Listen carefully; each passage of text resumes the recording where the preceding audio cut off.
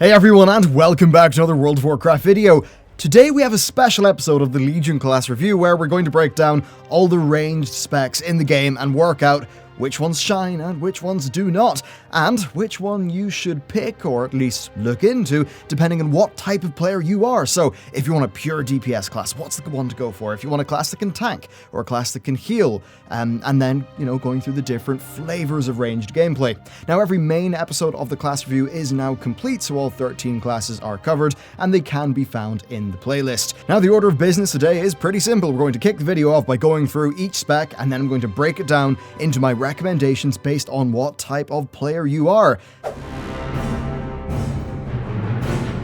And let's get going with the Fire Mage. The Fire Mage has long been one of the more interesting specs in the game design-wise, as it seems to be really have been one of the earlier specs to adopt a more modern feel in terms of its design and its gameplay pace. Fire is all about getting those instant pyroblasts by chaining crits together. The execution though of this is really fun, especially as you get more geared and the pace of the spec therefore starts to increase with more haste and more crit. The gameplay feels quite aggressive, and this is what I love. You're hammering down that Fire Blast button as soon as you get a heating up proc. You instantly secure yourself an instant pyro, then that pyro can crit. And the way that Fire Blast works, it's off the cooldown, and the way that Blizzard then deal with some edge cases in terms of how stuff counts as crits when they overlap, it just means that it feels amazing to play. Having an instant that's off the global cooldown to be a thing that kind of secures your free pyro, to me, it makes overall the gameplay, it's fast and it's reactive. It means that the basic execution, the day-to-day, minute-to-minute of this spec is really fun. But it does actually have other really fun things like Combustion, which is a great cooldown because it really tangibly impacts the spec and how it feels to play. So overall, it's fast, it's action-packed, plus you can get some massive chains of casts off that are just really satisfying and fun. Fire is awesome. Next, the Frost Mage. While I really do like Fire, Frost, they're trading places all the time for me. This is, it's funny, so normally a spec that is driven by procs as much as this one, it would turn me away. What works here, though, is that it's based off procs that are frequent enough to be consistent, and they're procs that have enough in the way of mechanical interactions with each other to actually be interesting. I think in terms of game design, it's a great case of, in the face of it being quite simple, but having a fair amount of minutiae to grapple with. So, the interplay between Fingers of Frost, which gives you free ice lances that impact the target as if the target was frozen, basically just loads of damage, and proc Flurry, which puts a debuff on the target, which causes it to operate as if it were frozen. It's a really interesting interaction. Fingers of Frosted Ice Lances already work as if the target was frozen, so using one of these right after a flurry, well, that's a bit silly. What you want to do is burn off your Fingers procs, then you want to fire off a flurry, then follow that up with an unprocced Ice Lance. After all, flurry makes the target operate as if it was frozen, and the timing of the abilities makes that work out.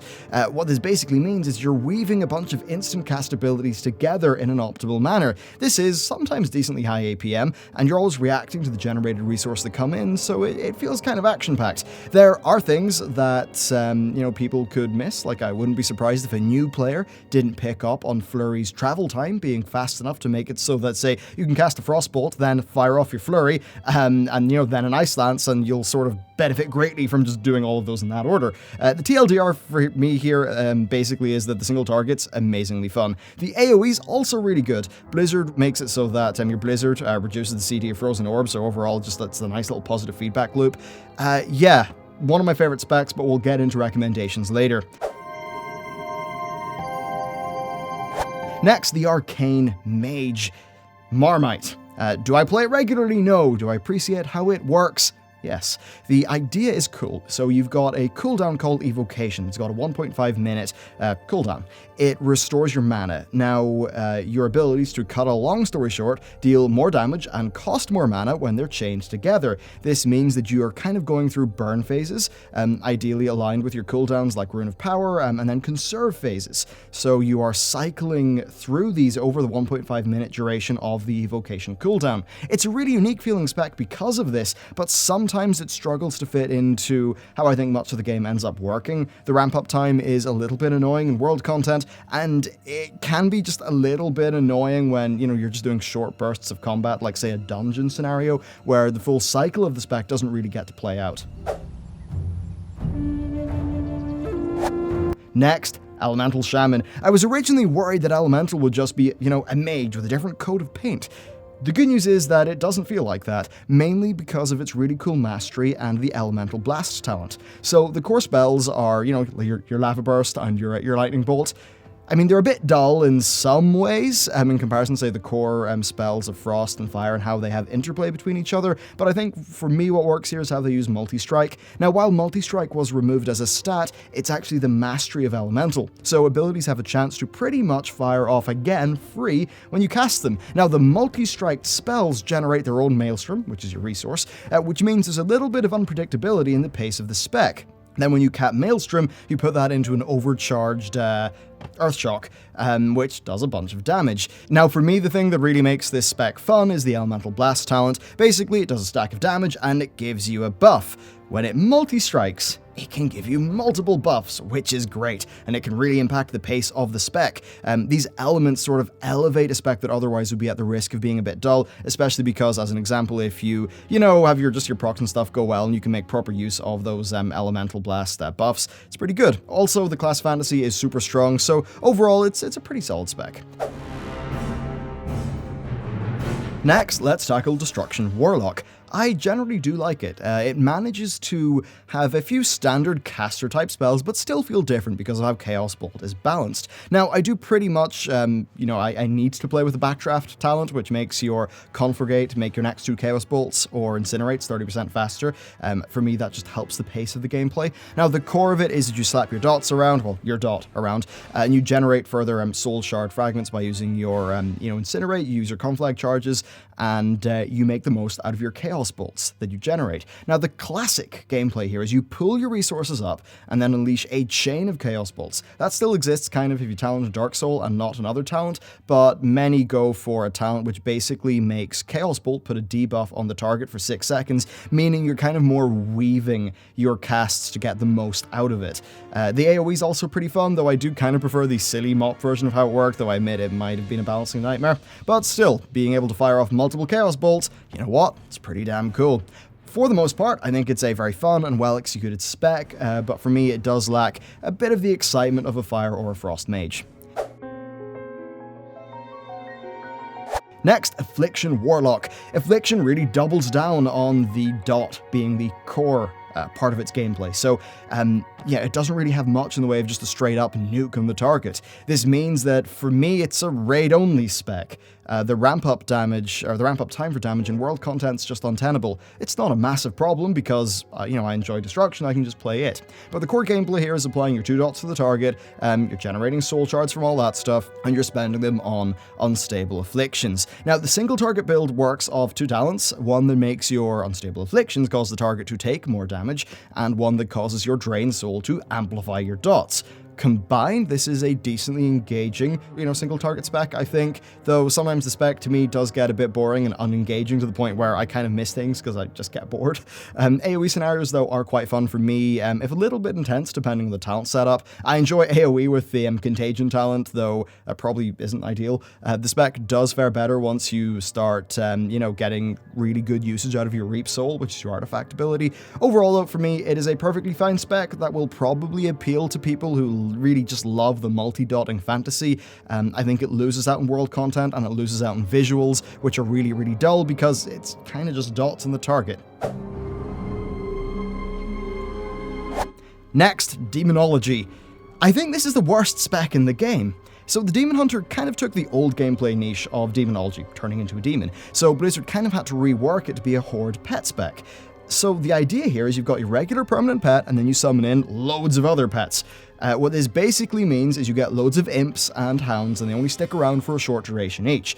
The problem is that Blizzard seemed to have, it's as if they made the spells to bring your new demons in, and then kind of thought, what else does it do? So, what they've done is they've made it so that when you summon demons in, you then need to use the empowerment on them. And the constant gameplay cycle is getting new pets, buffing them, waiting on cooldowns, summoning replacement pets, empowering them.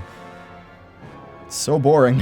I do not like it at all. Blizzard seem to agree though, with Demonology reportedly being one of the large spec reworks coming in Battle for Azeroth, so expect to see some development on this front. Okay, next, the Shadow Priest. Yeah, I absolutely love Shadow. Like Affliction, it's a bit dot heavy, but the difference here is, for me, there's a bit more going on with, dare I say the buzzword, far more synergy. It really is gorgeously designed in my view. Basically, you apply your dots and you maintain them, easy enough. You then have some basic casts, and once all of these generate 100 insanity, which is your resource, or a bit less depending on your talents, you can go into Void form. Right off the bat, this does a ton of damage to targets that you've already dotted, which is great in the open world. It then gives you a new ability called Void Bolt, which is instant, and it makes your Mind Blast have a shorter cooldown. Then, for all the time that you're in Void form, you get increasing haste. The catch is that you lose insanity every second at an ever-increasing rate. So eventually you get to the stage where you're generating, you're generating insanity, but that's being outpaced by the rate at which you lose it. However, you can stave off this eventual loss of Void form by playing well, especially with your Artifact of Weapon ability, some of your cooldowns, and you just kind of end up with an insane amount of haste, and it's really fast-paced to play. And the great thing is that with the lingering insanity talent, that haste carries over to after Void form ends, and you can get right back into Void form. Now, for me, this form of gameplay is really great for a few reasons. First, there is a clear sense of pace and flow. This is modified by when you are able to really do a long Void cycle, right? You're using your cooldowns, all that stuff, which, and that's also kind of influenced by the fight itself. And that's just really, it's a great high point of the spec, and you sort of viscerally feel that. It's great, like just the consequentiality, that's probably not a word, of playing your Void form is really big here, and yeah, it's very satisfying to pull off right, I suppose. So for me, basically, it is just this spec has a core that I absolutely love. Plus, it's got brilliant visuals. So yeah, brilliant visuals, unique mechanic, fast-paced, easily one of my favorite specs in the game. Okay, Hunter time. Marksmanship had a large rework in Legion and underwent constant tweaking for the first half of the expansion. Honestly, I'm just middle of the road. The idea of a petless marksman/ranger character, that's great for me, but relying on auto shots, proccing the ability to use mark shot on the target, just for me, it doesn't fill the fantasy of being a master marksman.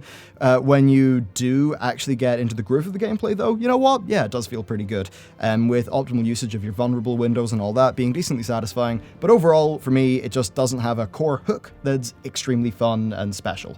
Now, you do benefit from what I call hunter bullshit. You've got lots of movement, aspect of the turtle, feign death, all that stuff. But there's a reason why in Legion I had to swap my main from a hunter to a monk after maining a hunter since Wrath of the Lich King. Now, Marksmanship did get, for me, more fun with the meme spec that used piercing shot and explosive shot, but neither of those really synergized that well with the rest of the spec, so they just sort of felt like they were a fun distraction from the core problem, and for me, the core problem still is just the basics of how it works. So for me, yeah, I kind of would like a rethink to better fit the idea of being a marksman. Perhaps focusing on combos of shots would be a better idea. Now, I don't mean combo in a rogue sense, I don't want to just be a ranged rogue. Even maybe realigning to the Sylvanas-style Dark Ranger archetype, that might be cool, unique, and different. But for me right now, MM just doesn't really fulfill its core fantasy. Next, Beast Mastery. Well, it's not as bad as the other spec in this video, Demonology. It's got a simple enough rotation that actually does have some pretty satisfying moments where its pace ramps up, and you really do roll out the damage. For me, it can feel a little bit predictable though, and it's mainly just about squeezing as many kill commands into your Bestial Wrath window as you can, which has been the core of the spec for a while. The way that resource generation and spending works pretty much means that a part of playing it well is just not spamming Cobra Shot. But that said, it does have some cooldown reduction mechanics built in, which is something that I generally love in the game, and I think they are responsible for some of the good parts of the pacing of the spec. But for me, overall, it just doesn't really, it just doesn't go that well in comparison to some of the other specs in the game. It's a bit on the boring side, and that's combined with the traditional BM Hunter problem of feeling a little bit disconnected from your damage. Next, Balanced Druids. Balance is an interesting one because when I initially looked at it, I was I was kind of surprised by the low number of abilities and cooldowns, though it suddenly gets interesting when you actually think more about how they work and the resource systems at play, and how you can squeeze every ounce of effectiveness out of them. So you start by slapping on your dots, and then perhaps casting some Solar Wraths to generate more astral power. This astral power is used to cast Star Surge, which instantly deals damage and grants you solar and lunar empowerments. Each one of those will make your next Solar Wrath and Lunar Wrath or Lunar Strike even, do more damage. Now, you can hold up to 3 charges for each empowerment, and what does that mean? Well, you can kind of hold the charges back to overlap them with things, trinkets, cooldowns, etc. Now, that's fine in theory, but casting those abilities still generates you AP, and you don't want to cap AP, so it all just requires this decently deft execution. It's a bit of a playful resource game. Now, when that's, of course, combined with the other stuff, your artifact ability, it's got 3 charges, the default's New Moon, it does low damage, gives you low AP, but then when you use it, it's replaced with Half Moon, which does more damage, gives you more AP, and then that is replaced with Full Moon, which does a massive amount of damage and generates 40 AP, which is enough for a Star Surge. Now, when you combine this all with the insanely powerful main cooldown, which when talented is a humongous increase to spell damage and astral power generation, it all just sort of comes together really well. So there's kind of more going on, I think, than you might first think when you look at the spell book. The spells are pretty cool, the pace is enjoyable, and the sort of precise ideal usage of abilities is a constant puzzle box to work out. So overall for me, it's a great spec, which is not what I initially thought it would be. Okay, let's talk about recommendations. If you purely want range DPS, then you're probably less concerned about how the non-range specs of a class, are. So looking across this video, I think we see the standouts are the Frost Mage, the Fire Mage, and the Shadow Priest. The Warlocks can compete here, and you may really like their fantasy, but for me, they do fall short of the other two, especially the Mage, and I think it's the best choice. For me, the Mage is the quintessential DPS class, and it's one that Blizzard have executed masterfully in Legion. And likely in Battle for Azeroth as well. I don't think they plan to fix something that isn't broken. Now, if you feel compelled to play the best spec on your class all the time, then the good thing about the Mage is it's got 2 brilliant options, and you probably won't have to play Arcane if you don't want to. So for me, the Mage is a very easy choice. Now, if you want a ranged DPS spec, but you also want to dabble in healing, well, my pick is the Priest. I think that Shadow is more fun than Elemental, even though Elemental is pretty good. Disc Priest is awesome, and holy, gets the job done, albeit without much style or pizzazz. Resto Shaman actually is one of my favorite healers, but for this video we're prioritizing the fun of the ranged DPS spec, because that's kind of what you're maining. So for me, Priest gets the win. Now, if you want to try out some melee, then we're really comparing the Druid with the Shaman. I prefer Feral Druid to Enhancement Shaman, and for me, Balanced Druid and Elemental Shaman are, I suppose, roughly on power. Druid also has the benefit of being able to heal with Brilliant Resto, and tank with a rather dull Guardian. So my personal pick would probably be the Druid, but I'd be happy with either. So, there you go. That's it for my ranged roundup of the specs in Legion. Now, these should be staying pretty similar, with the exception of Demonology in Battle for Azeroth, so you'll be safe experimenting with these for now in the twilight months of Legion as you attempt to work out what kind of stuff you want to try out in Battle for Azeroth. And to be honest, now is a pretty good time to level up new specs, because with the new level revamp system, you actually do get a feel for how a spec plays a lot earlier on. You know, previously, because everything just was one-shot all the time, even if you were like a level 40 Shadow Priest, you'd never get the feeling of a Shadow Priest, but now, because stuff dies a bit slower, you actually do get a better feel of the spec. So I think now is probably a great time to sort of check out what stuff feels like. Of course, you can make class trials